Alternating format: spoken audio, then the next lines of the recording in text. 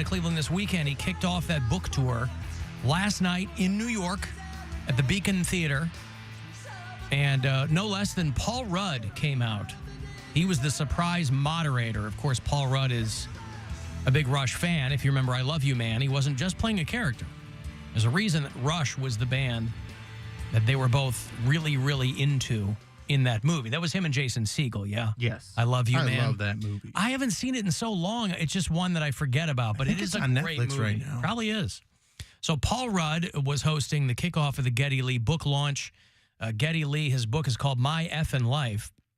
I was talking a little bit about it yesterday simply because he said that he and Alex Lifeson, under the right circumstances, would be willing to go back out on the road as kind of a tribute to Rush. They would have, obviously, a different drummer. But Geddy Lee, who, by the way, was born Gershon Weinrib. That's Geddy Lee's real name. Oh. Started calling him Gary, I think, and then that became Geddy. But his parents were both like Holocaust survivors, like hardcore. His dad stole shoes for his mom at Auschwitz or something like that, and then they were both alive when the camps got liberated, and then found each other again. Something. It's a wild story.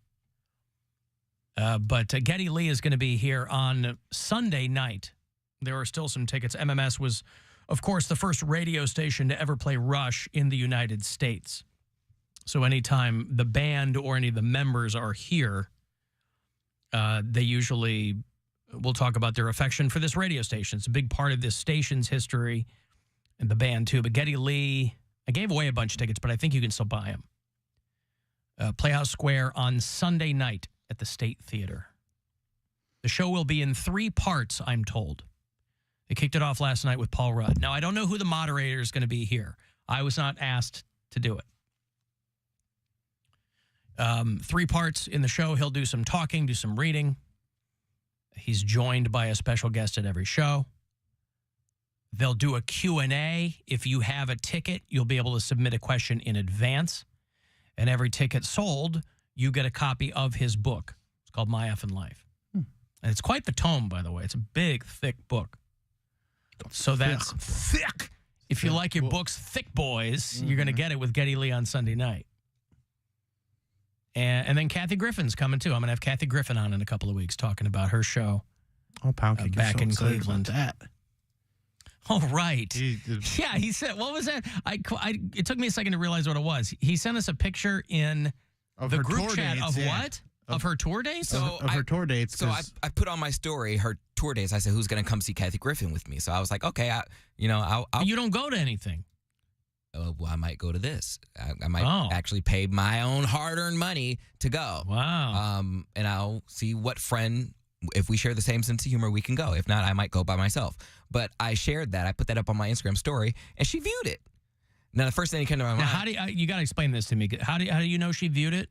Because you never look to see who's viewing your stories. I don't care. Oh, honey, I'm a creep. I constantly look at. So you go in. Oh, you go into like the metrics or whatever. And you could just see who viewed your post, how many people viewed your post. Were you looking to see if she saw it, or you just were going? No, I always look to see who looked. Your at my normal post. psychosis, and then you went. I am so nosy. I want to know who's seeing it, so I know. What's the end game of that?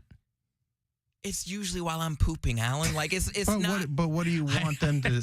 Yeah. I just look. I like. I'm to just trying. All right, I'm just asking a question. I don't do it, so I want to know what it means. I mean, you don't ever look to see like who liked your post. I don't care.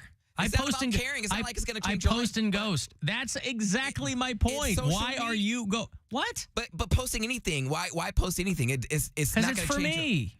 So it's for me. I want to know. I just want to see. And I'm curious what the end goal of that is. It's not a judgment. There isn't an end goal. I just happened to look, and I saw that she viewed. You're doing things for no reason. Yes. That's scary. Why would you waste your time on anything for no reason? Well, I wasn't wasting time. I was pooping, so I had time to waste.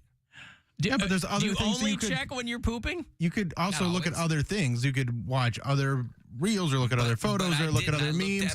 You're looking at and you're looking at it for a reason because you're looking for certain. You want to know who is creeping on you. And you want to be like, oh, maybe I'll send them a little DM, see what's going on there. Okay, so anyway, so she saw it And did she what does she do then? She likes it or? No, she didn't even like it. She just viewed my story. Viewed it. And the first thing that came to my mind was she's probably thinking I'm like a Trump informant or something. Like she's making sure that Trump informant? I don't know. I feel like Why would she think that? She'd probably think, that was so long ago. When people share when people share your stuff in the story, you get a notification about that.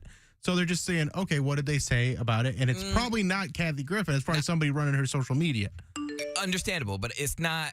I don't think you get a notification. You can see if someone shared your story, but you don't get a notification on who. Yeah, you do. I don't think I get that. I get them all the time. Okay. So anyway, this may be a show you go to. Yeah, it's probably okay. Just to lay it out there, Kathy Griffin is coming to the Agora on May the 11th, and the tickets go on sale tomorrow. And she'll be on in a couple of weeks. Talk about it tomorrow at 10 a.m. if you're a Kathy Griffin fan. So, but the pre-sale maybe. I think the full on sale is Friday. But what came to my mind, whether if it's ridiculous or not, the first thing I thought of, she's probably making sure I'm not like a super staunch Republican and saying like, oh, no one go to this show, or like making sure that I was posting something polite rather than something protesting her show. But people aren't going to protest her show. But I'm saying I feel like the Republicans ruined her life after that. Yes, they don't care now. Her show is called the PTSD Tour. So obviously there's some PTSD there. So that's what went through my mind. Oh, she's making sure I check out. This tour is called My Life on the PTSD List. Yeah. Because her show was Life on the D List, right? And this is like her first tour, and I don't know how long, because she had to work overseas because she was blackballed here, or blacklisted, whatever you want to call it. No, she just toured a couple years ago. She was on this show. I talked to her about it. How long ago was that? Maybe 18 months, a couple years ago. Okay. Because she had like after she posted the beheading picture, she chilled out for 6 or 8 months, then she went right back to it. Okay. Well, that's again. We found a date he might go to. There's bands you like you won't buy tickets for. I might Good for you. Yeah, I might go to AJR. I only know one song by them, but I got those tickets too. I know, I might go. All right. I wonder why the Cleveland date isn't even on her tour list, though. Did they just add it? It's on her tour list. It's on her poster. That's I'm sorry. I was thinking it was April 11th. It's May 11th. Yeah, you're right. Oh, that's the day, Agora. Mark Maron's going to be here the 10th of May. There you go. That's Hey, Jason.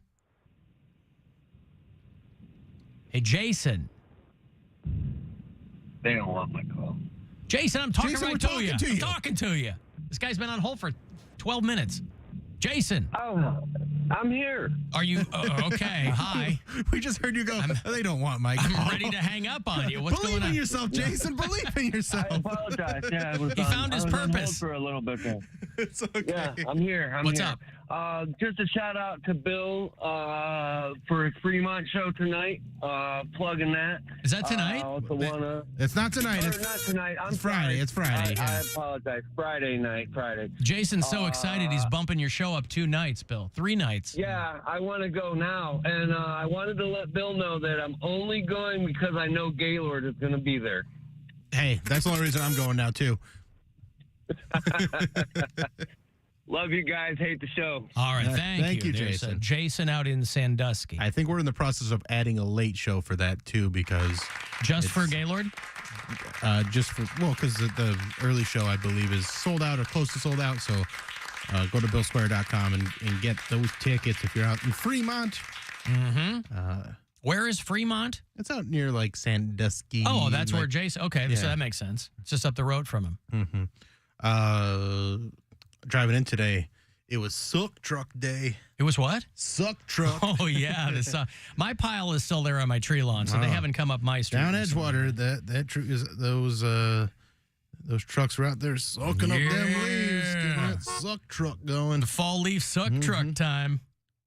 Got online and looked at we have like a little map or whatever that tells us when it's coming. And so I made a post about this, and somebody said something about Brendan Schaub beating the truck suck thing into the ground. I'm not talking about the truck suck. I'm talking about the suck truck. It's a different thing. I don't know what Brendan Schaub does. Yeah, the thing that comes by and sucks up the leaves. Yes, exactly. Yeah. That's what I'm talking about. Right. The suck truck. Right.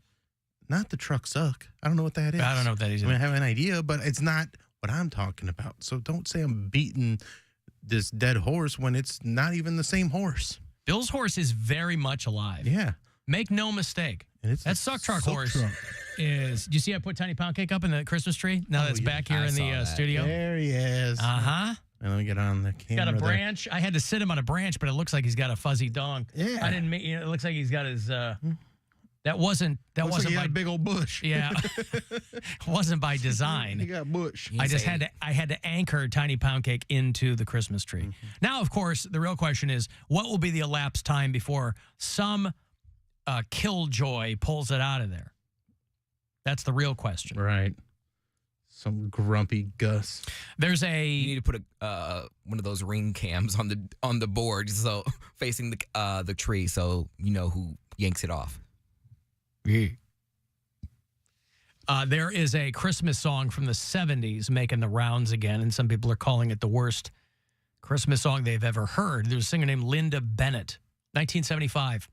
The song's called An Old-Fashioned Christmas, and then in parentheses, Daddy's Home. You ever heard that song? Heard of the song? I've not heard that one. I've heard of the old-timey Christmas, that banger, but I've never heard of old-fashioned Christmas. I have never heard of this song. I've never heard the song. Is old-timey Christmas getting played on Magic this year? It never is. Man. Nope. I ask all the time. If Hotchkiss owes you after that debacle on Friday where you had him come in and he completely screwed up the bit with you getting the job in New York. He thought he gave the job to Poundcake, and it was just, he owes you some spins of old-timey Christmas. He doesn't owe me anything. On Magic. He was still walking around me yesterday with his head hung low because he thought I was like mad. I go, dude, it's done. There's nothing I can do about it. It's fine. I learned my lesson. But there's something he can do about it, and it's to play old-timey Christmas on Magic. They're never going to do it. Play it at night. Play it at 10 o'clock. Never going to do it. Nope. They're never going to do it. An old-fashioned Christmas. I just pulled a little bit. The whole song is just an unbearable 5 minutes or something. 'Cause the bus takes each night is always right on time. It's gonna be a very Merry Christmas. We're sorry to interrupt this program, but a bulletin has just been handed me. There's been a serious accident involving the number 5 bus out of New Haven. The only information we have is that the bus skidded on a patch of ice and slammed into So it's already taken a turn, right? You see where it's going? This is, keep it, a tree. Stay tuned to this station for further details. Mommy, isn't that the bus? Daddy rides each night. You get whiplash listening to this song. Put your mind at ease, my children. Everything's all right. It's gonna be a very Merry Christmas. Ladies and gentlemen, I've just been handed the latest report involving bus number 5 out of New Haven. And from all indications, we're sorry to report that there were no survivors. Oh my God, this just can't happen. What am I to do? What have I got left in life to look forward to? Who will walk me down the aisle on my wedding day? Boy, they're laying it on thick. Yeah. Buy me toys and take me out to play. Dumb kid's only worried about toys. Hey, he made it. Merry Christmas, everybody. I know it's late, and I missed my bus. Well, don't just stand there. Help me with these presents. It's gonna be. Daddy's not dead after all. It is a great Christmas. Oh, my children, that daddy and me. Oh, boy. That's just a little bit, too. The whole song. Christmas, Daddy. Yeah, the whole song is just unbearable. But, I mean, what a whirlwind. What a journey. I like how it's called an old-fashioned Christmas, the implication being, back in the old times, everybody showed up alive for Christmas. No one died in a bus crash in the old-fashioned Christmas. That is a wild song. Like, just having the news breaks in there is such a I don't know why this is going around. And again. I'll say this, a bold choice for a song. For a Christmas song. Yeah, Linda Bennett We from thought 1975. that dad was dead, but then he shows up, and just all those other people are dead, not your dad. Just all those other people. That's right. So someone's dad died. Yeah. Probably the bus driver. That bus driver probably had a family. I wonder what the B side of that is. 1975, you know, it was out in a 45. What the B side of an old fashioned Christmas is. It's the, I think it's Brick. It's what? Brick by Ben Folds 5? Yeah. Just 1975. Just getting an abortion on New Year's Day. Yeah. Or day after Christmas. It's day after Christmas, yeah. So, yeah, if you have the wherewithal to listen to the whole song, I'm sure you can find it somewhere. But the old-fashioned Christmas. For all of us here at Christmas Songs of Yesteryear, thanks for listening, everybody. Dad's home, and he's alive, and he didn't get killed on a bus. Just all those other people. Ta-da! It's like 9/11 where people are like, I was supposed to be on that plane. Daddy in that song was supposed to be on that bus from New Haven or Newark or whatever it was. Anyway, if you're looking, I thought that would be the perfect compliment to Tiny Poundcake being in our studio Christmas tree. Maybe not. But before I put it in there, I was actually going to take the shirt off to better represent Poundcake's fitness journey. Mm-hmm. And the closer he gets to being cast on that show, Naked Attraction. Or... I couldn't find, where did you find the application? I went to like MTV and I couldn't find it. I just saw that they were taking applications that people could, I don't know. There's so many damn links, like it just leads you to other stuff, and I'm like, but I'll keep looking. People are telling me that bad timing because I guess there was a fatal crash in Columbus today. Oh. A huge bus accident, a high school band. Oh, no. 4 dead, 18 injured. Well, yeah, that's awful. I hadn't heard about that. Oh, pardon me. Alan, don't give us lovers nuts and not play old-timey Christmas. I mean, there it is. Well, looks like it's time to put on our glad rags again. Although this whole thing sounds like a bunch of hokum and flim-flam to me. Say, newsboy, which way to the closest speakeasy? Have an oldie-timey Christmas like the times of yesteryear. When money was clams and legs were gams, have the barmaid grab a beer. Have an oldie-timey Christmas, getting dizzy with a dame. If she spouts off wise, box her in the eyes, let the gimlet take the blame. Can't cancel me. Oh, the racism and the women couldn't vote. Don't be a sourpuss, you palooka that gets my goat. Have an oldie-timey Christmas, wax your mustache and put up your dukes. I'll treat you to a little chin music. Let's go on a toot. Don't blow your happy dough on a floozy with busted chops. Slip her a Mickey or two and give her the old wet sock. Have an oldie-timey Christmas. Grab a stiff 2 fingers of cheer. Oh, by golly, have an oldie-timey Christmas this year. At the risk of tooting the wrong ringer, I'm going to head off and find myself a reefer. Say, Chinaman, which way to the opium den? Again, I don't know why they won't play that on Magic. I mean, they bill it as holiday classics, and I'd like to think that after almost 14 years here at WMMS, it'll be my 14th anniversary on December the 16th. Inexplicably, but there it is.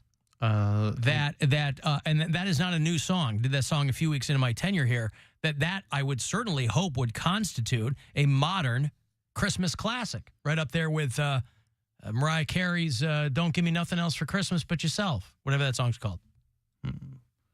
Trying to find the wet. What is an old wet sock? Give her the old wet sock. I mean, Maybe that's something we just made up because it was funny. We might have just made that up. there's a wet sock is useless, as a wet sock has little use to anyone. Yeah, if you call there's someone a that. wet sock, yeah, but like give her the old wet sock. Give her the wet Maybe sock. we were just looking for something that rhymed. I don't A woman who sleeps around at such excessive levels that intercourse feels like you're inserted within a warm, wet sock. know. Warm. So Well, she's listen, giving you the warm's- wet sock. Warm's nice, you know? All right. I'd Well, now sleep we with know. her again if I had the chance. However, she is a wet sock. Oh, boy. There you go. Did you say that naked dating show was on MTV or VH1? It was 10 years ago. It was on VH1. I read that they are rebooting it for MTV. So the only applications I see on MTV is help, I'm in a secret relationship, Yeah. and the other one is catfish. Those seem to be the only two. I mean, my wife watches both of those shows. Those seem to be the I'm only in a two, other than secret ridiculousness. relationship? Yeah. Wow. I'm in a secret naked relationship. Maybe they should combine the two. We've got to take a break here. I'll have another $1,000 for you. Trying to get your mitts on that money. 3:30 is the next keyword to grab a grand from the Buzzard book.